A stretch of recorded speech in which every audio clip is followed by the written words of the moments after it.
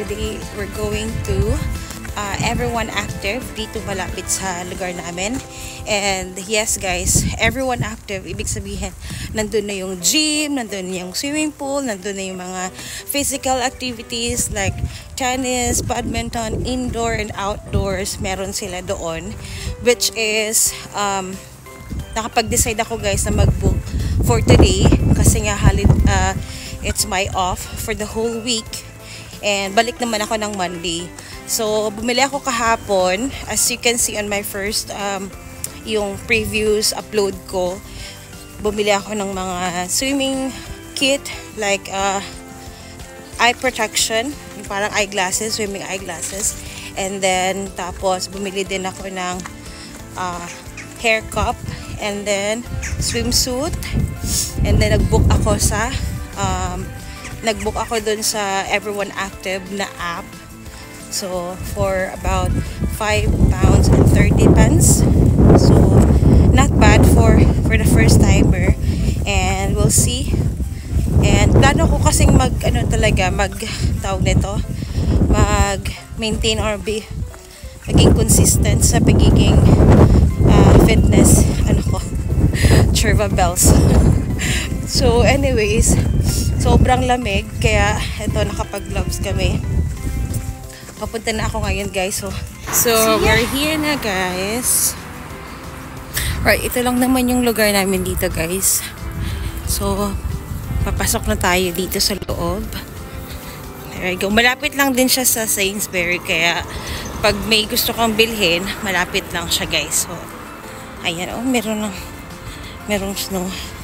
Buti na lang hindi ganun kakapal yung snow. So diyan kami madalas namimili ng mga grocery. Medyo mahal-mahal lang ng konti. And ito na yung kanyang area. So meron ditong mga outdoor and indoors naman. So pwede kang pumili. Pwede kang mag-pay as you go. Pwede ka din mag-pay monthly.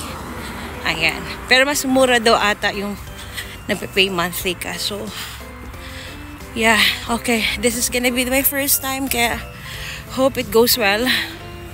Let's go. So I'm inside the area na guys.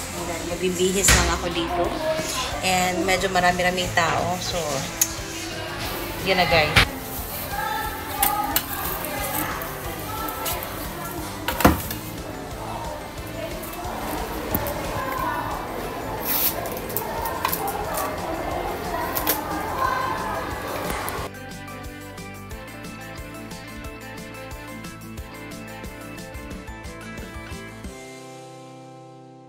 One hour later.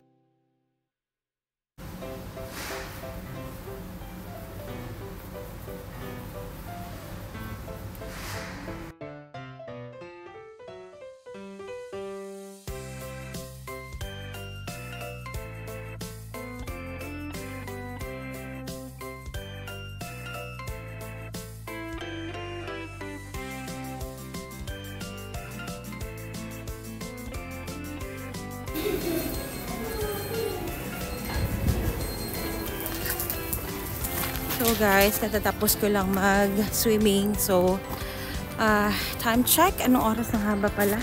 Hindi ko pala napansin. Hi guys! So,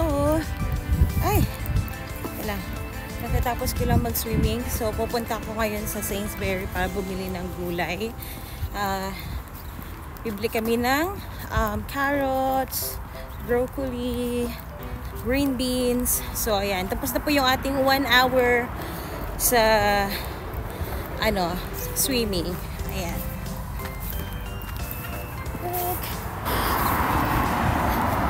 Tingnan mo naman. Tingnan nyo yung guys, ang ganda. Ang ganda ng scenery.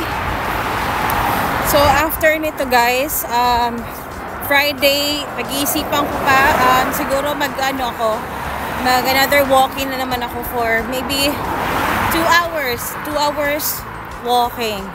Tapos, Saturday, pahinga ng saglit. Sunday, and then Monday, back to work na tayo. So, yun lang yung naging routine natin for the whole holiday. Sobrang Masaya ako sa holiday off ko kasi naging ako ngayon, active. So, balik tayo sa pagkaka-fitness fit, charing. Ayan. That was it, guys. So, I hope you guys enjoy for this vlog. And for more videos, please don't forget to like and subscribe to my YouTube channel and hit the bell button for more updates. And bye! So, dito yung ating Sainsbury. Diyan kami mamimili ng mga konting grocery. So, meron dyang Argos, which is, dyan ako nag-order madalas online. Ayan. There you go. Yung mga dito, may gumagawa ng mga, nag-aayos ata ng kalsada. So, yeah.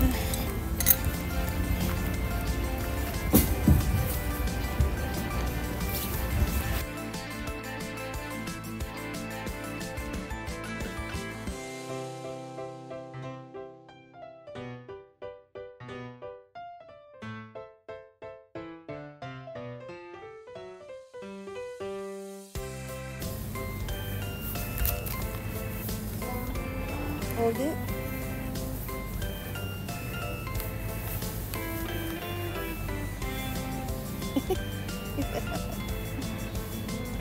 Well, it's actually nice, to be honest.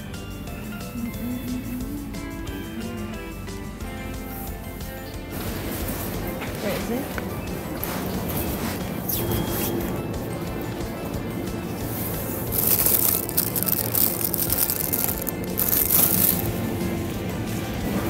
Get one of this? 2.